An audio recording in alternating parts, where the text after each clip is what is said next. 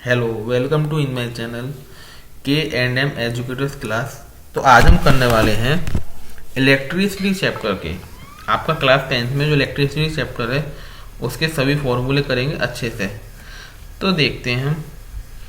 और जो आपके ये इम्पोर्टेंट फॉर्मूले रहेंगे सारे, क्योंकि बहुत ही ज़्यादा इम्पोर्टेंट होते हैं आपके ये हर न्यूमेरिकल सॉल्व करने के लिए। तो सारे फॉर्मूले हम पढ़ेंगे इलेक्ट्रिसिटी चैप्टर के आपके। ठीक है, पहले हमारा फॉर्मूला है। सबसे पहले हम फॉर्मूला पर बात करते हैं करंट की। तो हमारा करंट होता है आई। आई को हम करंट को आई से डिनोट करते हैं। आई इज इक्वल टू होता है हमारा क्यू अपॉन टी। क्या होता है? Q upon T. यहाँ पे आई क्या है आपका? आई जो है आपका करंट है। क्या है हमारा? करंट। क्यू क्या है आपका? यहाँ पे क्यू है आपका यहाँ पे चार्ज। और टी क्या है यहाँ पे आपका? टाइम। Time taken. तो हमारा पहला फॉर्मूला हो गया I is equal to Q on T. अगर हम दूसरे फॉर्मूले की बात करें, यहाँ से यहीं से हम निकाल सकते हैं। जो हमारा क्यू होगा वो क्या हो जाएगा? I T. क्या होगा? क्यू जो हो जाएगा आई टी, क्योंकि हमने क्रॉस मल्टीप्लाई कर दिया, टी इधर चला गया हमारा, तो क्यू बराबर आई टी। ठीक है, यहाँ से करंट से दो फॉर्मूले हमने निकाले। थर्ड हमारा फॉर्मूला है पोटेंशियल डिफरेंस का। किसका? Potential difference. पोटेंशियल डिफरेंस होता है हमारा वी। ठीक है, वी होता है वर्क डन अपॉन चार्ज। हमने कितना वर्क करा कितने चार्ज में। ठीक है ना, तो वो होता है हमारा पोटेंशियल डिफरेंस। तो वी हमारा क्या है यहाँ पे? पोटेंशियल डिफरेंस है। क्या है हमारा? Potential difference. तो उसका फॉर्मूला होता है आपका V is equal to W upon Q. क्या होता है? W upon Q. क्लियर आप लोगों को सबको? ठीक है, अगर हम अपने नेक्स्ट फॉर्मूले की बात करें, ठीक है, जो हमारा नेक्स्ट फॉर्मूला होता है वी हमने लिख दें यहाँ पे वी इज इक्वल टू क्या है हमारे यहाँ पे? वी क्या है हमारा? पोटेंशियल डिफरेंस है। क्या है? Potential difference.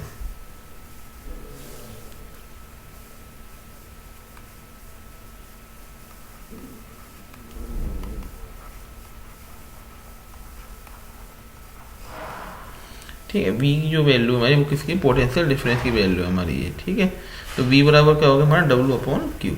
और डब्ल्यू तो जानती हैं आपको, वर्क डन है। डब्ल्यू क्या है यहाँ पे? Work done.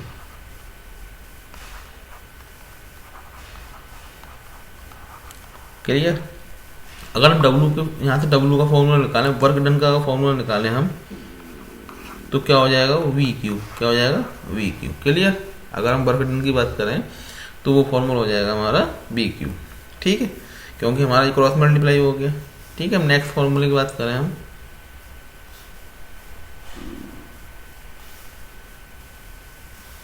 नेक्स्ट पेज ले लेते हैं। अब हमारा मेन फॉर्मूला आ रहा है ओम्स लॉ से। किससे? ओम्स लॉ से। वो होता है वी इज इक्वल टू होता है हमारा आई आर। क्या होता है? V is equal to I R. ये ओम्स लॉ है हमारा।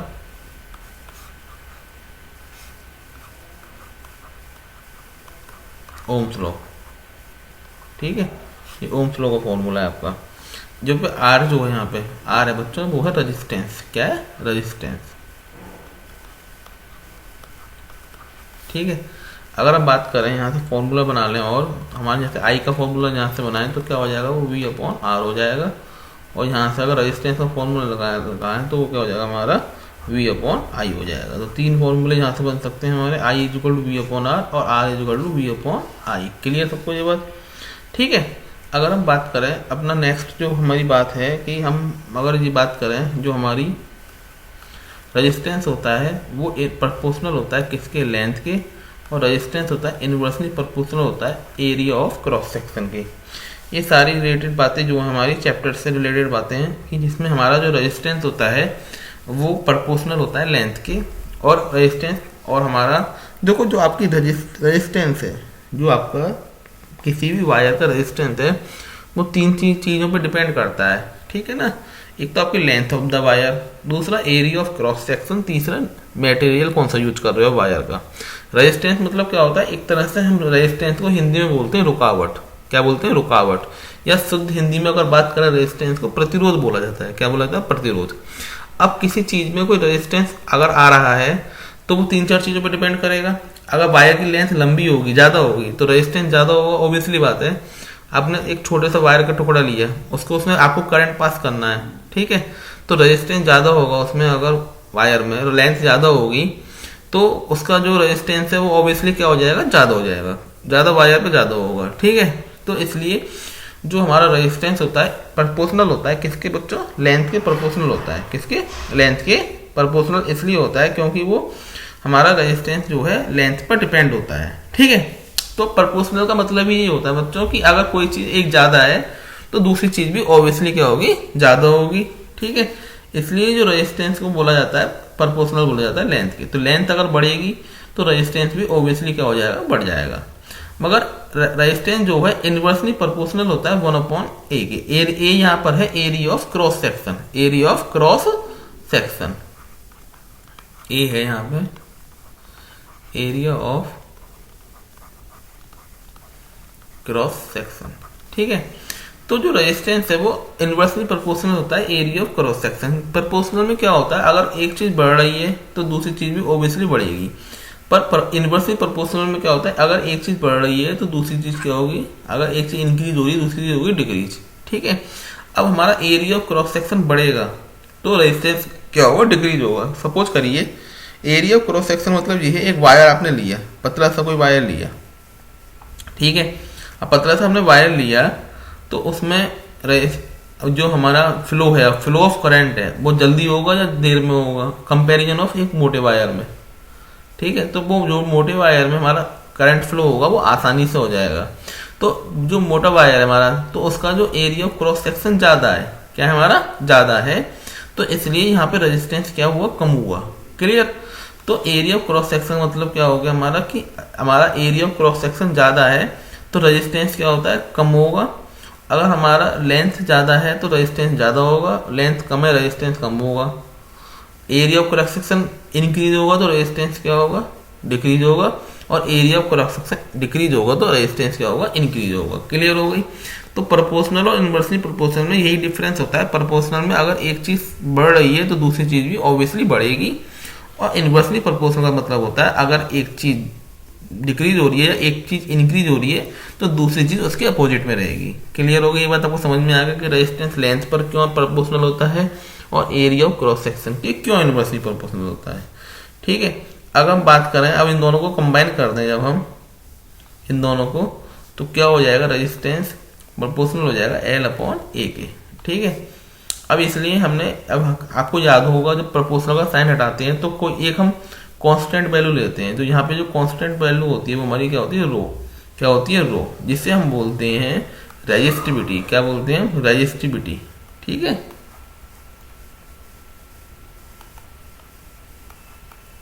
रेजिस्टिविटी बोलते हैं रो को। ठीक है, यहाँ रो का साइन है, इसको रो, लेंथ जानते हैं L, और यहाँ से हम 2-3 फॉर्मूले निकाल सकते हैं।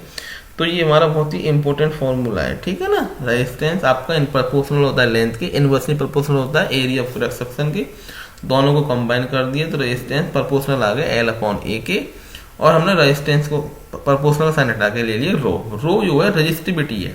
रेजिस्टिविटी होता है बच्चों किसी भी वायर की, मतलब एक हम कह सकते हैं कोई एक नंबर मान लीजिए कि इसकी रेजिस्टिविटी इतनी है, इसकी रेजिस्टिविटी इतनी है। ठीक है ना, जैसे जितना अच्छा वायर होगा उसकी रेजिस्टिविटी क्या होगी हमारी, मतलब जैसे हमारा सबसे बेस्ट वायर कौन सा होता है इलेक्ट्रिसिटी का, जो अगर सबसे जो हमारा बेस्ट कंडक्टर हम कहते हैं इलेक्ट्रिसिटी का, वो हमारा सिल्वर है। ठीक है, जैसे सिल्वर है, कॉपर है, तो सबकी रेजिस्टिविटी क्या होगी, अलग अलग होती है। ठीक है ना, सिल्वर की अलग होगी, कॉपर के वायर की अलग होगी, एल्युमिनियम की अलग होगी, टंगस्टन की अलग होगी। ठीक है, तो सबसे बेस्ट तो सिल्वर का होता है आपका।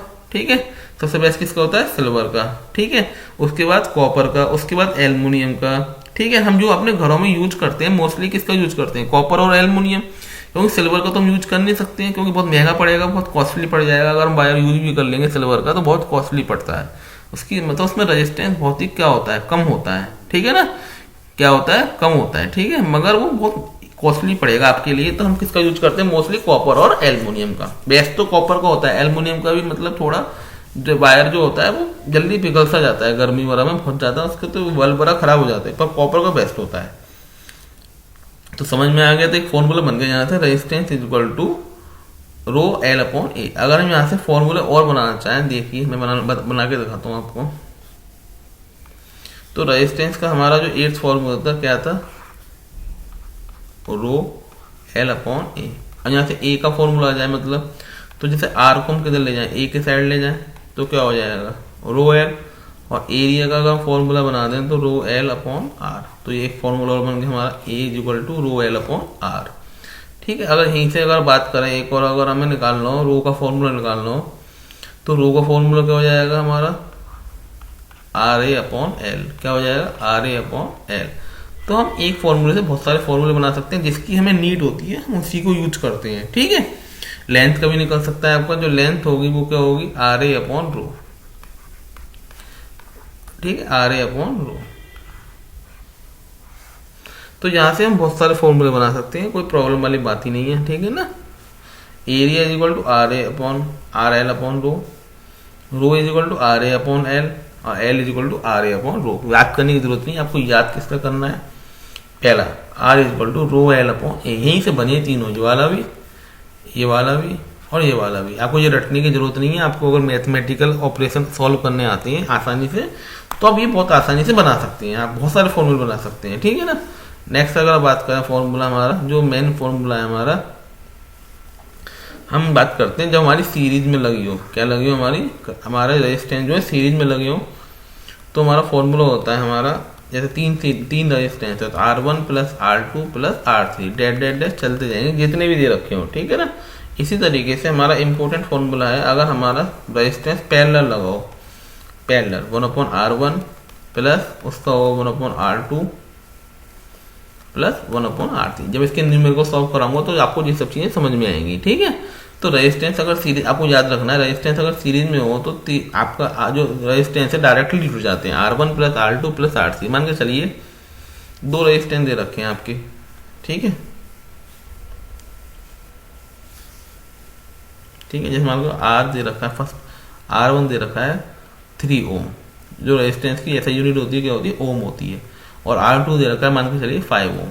अब आपसे कहते हैं इनको सीरीज में कंबाइन करना है, तो रेजिस्टेंस सीरीज क्या होता है हमारा फॉर्मूला R1 प्लस R2, तो क्या हो जाएगा सिंपल सा 3 प्लस 5 ओम, तो कितना हो गया हमारा 8 ओम।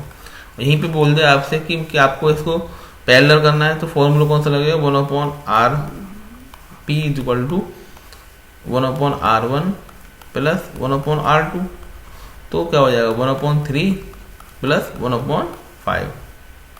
फिर इसको सॉल्व कर लेंगे हम, तो 1/RP क्या आ जाएगा हमारा एलसीएम आ जाएगा 15, 3 और 5 का 3 5 15 5 प्लस 3, तो 1/RP कितना आ गया हमारा 8/15। क्या आ गया 8/15, क्रॉस मल्टीप्लाई कर देंगे तो 8RP is equal to 15, RP is equal to आ जाएगा 15/8,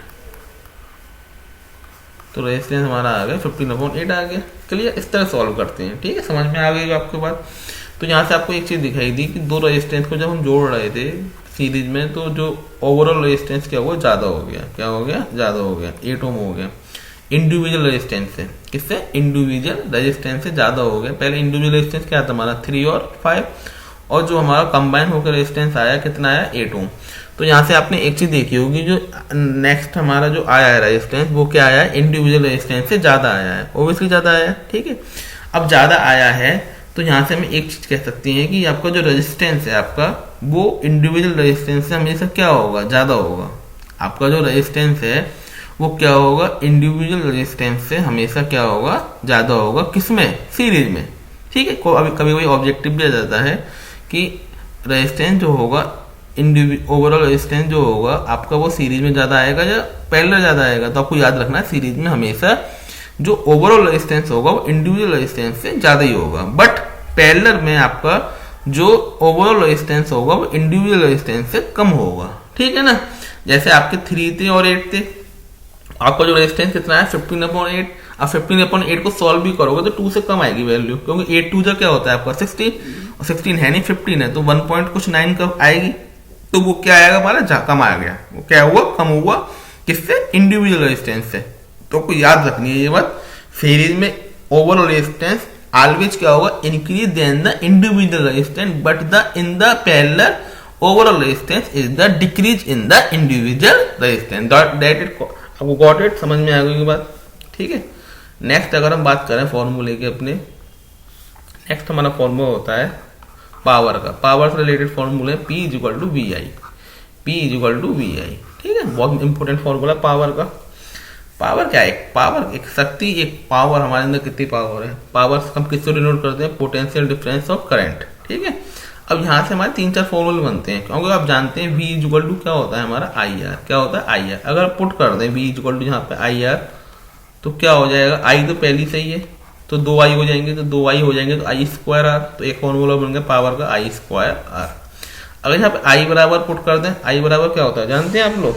जब बी बराबर पुट आई बराबर, तो हम अगर पुट करा हमने तो क्या बन जाएगा हमारा वी इक्वल टू हमने हाँ v इक्वल टू क्या हो गया हमारा आई आर पुट करा हमने, तो क्या हो गया हमारा आई स्क्वायर आर हो गया। ठीक है, अगर हम आई बराबर पुट कर दें तो आई के भी तो फॉर्मूले होते हैं, ठीक है ना, तो हमारा क्या बन जाएगा फिर वी स्क्वायर अपन आर बन जाएगा। कैसे बन जाएगा देखिए, अब आप जानते हैं P बराबर, मैं आपको लिख दूं क्या है यहाँ पे, P बराबर क्या है? पावर। क्या है? पावर। B आपको जानते हैं पोटेंशियल डिफरेंस, I क्या है? करंट, R क्या है? हमारा रेजिस्टेंस, सब जानते हैं आप। ठीक है, हमने क्या करा पहले B बराबर पुट करा, तो B बराबर पुट करा हमने आई आर, तो क्या हो गया I। ठीक है, इसी तरीके से I बराबर क्या होता है हमारा? V अपॉन आर होता है। क्या होता है? V अपॉन आर होता है। तो अगर हम I की जगह V अपॉन आर पुट करेंगे तो पावर का फॉर्मूला क्या हो जाएगा? V तो पहले से ही है, V अपॉन आर पुट कर दिया हमने, तो हमारा फॉर्मूला होगा वी स्क्वायर अपॉन आर। तो एक फॉर्मूला बन गया पावर का वी स्क्वायर अपॉन आर, जो हमें जरूरत होती है वो हम यूज कर लेते हैं, कोई ऐसी बात नहीं है। ठीक है ना, समझ में आ गई वो आपकी ये बात क्लियर। अगर हम नेक्स्ट फॉर्मूला की बात करें, वो हमारे होते हैं हीट से रिलेटेड। हीट क्या होती है? एक तरह की एनर्जी। क्या होती है? एक तरह की एनर्जी। तो आपको पता है एनर्जी क्या है हमारी? एनर्जी होती है पावर इंटू टाइम। ठीक है, अब यहाँ से हमारा हीट एनर्जी को हमने किससे डिनोट करा? हीट एनर्जी से। तो हीट एनर्जी क्या होगी? P into T. ठीक है, अगर हमने मान के चलिए P इंटू टी तो हो गया, पावर का फॉर्मूला यहाँ पुट कर देंगे, पावर बराबर P बराबर अभी हमने पढ़कर आए हैं, P बराबर क्या होता है हमारा? VI। क्या होता है? VI। या हम P बराबर हमारा VI होता है, तो हीट क्या हो जाएगा? P की जगह VI यूज कर सकते हैं, तो VIT हो गया। एक फॉर्मूला बन गया पावर का हमारा, heat is equal to VIT। ठीक है, अगर यहीं पर हम B बराबर आई आर यूज कर दें तो हीट क्या हो जाएगा? आई स्क्वायर आर टी हो जाएगा, आई स्क्वायर आर टी। ठीक है, तो ऐसे ही हम बहुत सारे फॉर्मूले यूज कर सकते हैं, कोई प्रॉब्लम वाली बात नहीं है। ठीक है ना, इस तरह से हमारा ये हीट के दो फॉर्मूले होंगे VIT और आई स्क्वायर आर टी, आपको याद रखने हैं। ठीक है, हीट एनर्जी होती है, H हमारी क्या होती है? Heat energy. क्लियर है तो कोई बात? ठीक है, तो कोई परेशानी वाली बात नहीं, सारे फॉर्मूले मैंने आपको बता दिए इलेक्ट्रिसिटी के, इससे बाहर आपको न्यूमेरिकल नहीं आएगा। ठीक है ना, तो आपको हीट के दो फॉर्मूले याद करने, VIT और आई स्क्वायर आर टी। जो आई स्क्वायर आर टी है जूल्स लॉ भी बोलते हैं, क्या बोलते हैं? Joules law. पता होनी चाहिए आपको ये बात। ठीक है ना, तो आज की वीडियो में इतना ही, ये सारे फॉर्मूले हो गए इलेक्ट्रिसिटी के। Thanks for watching my video. मिलते हैं नेक्स्ट वीडियो में एक बहुत ही शानदार वीडियो के साथ, और चैनल को सब्सक्राइब करके वीडियो को ज़्यादा से ज़्यादा शेयर करें। Thanks for watching my video.